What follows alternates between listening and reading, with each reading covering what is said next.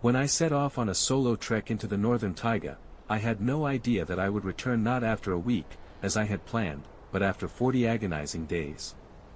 I had traveled farther than I had expected, the navigation had failed, and then the storm came. There was no communication, the frost was getting worse, and the road back was covered with snow. On the third day after the trail disappeared, I realized I was lost. The first fear was replaced by a cold determination to survive. The temperature dropped to -30, my fingers could hardly bend even with gloves on.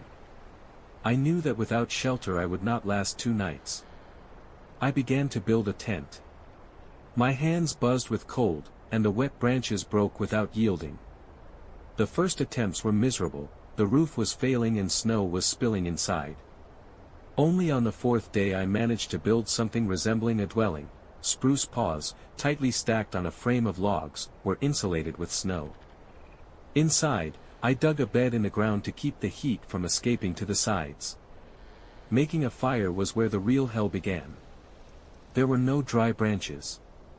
The firecracker gave no spark to the frozen chips.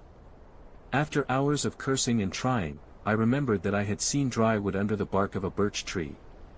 To get it, and there were the first sparks, the first tongues of flame. I sat in front of there was no food. But not far away I found a frozen creek, I saw flashes of red tails in the ice hole. I made a primitive trap, I hollowed out a slot in the ice, stretched a cord with a hook made of a bent nail. A day, and the first catch, a scarlet grayling. At night they tried to surround me. Rustling, vicious growling. Wolves. I lit a torch of resin, threw it into the darkness, shouted, they left. But I realized that the taiga was testing me. So the days passed. I strengthened the tent, improved the traps, even built a primitive sled to carry firewood. But my strength melted, and so did my hope. I counted the days with notches on the tree. On the 40th day I didn't wake up from the cold, but from the sound. The clang of helicopter blades. They'd found me. The rescuers said they thought I was dead. I just smiled.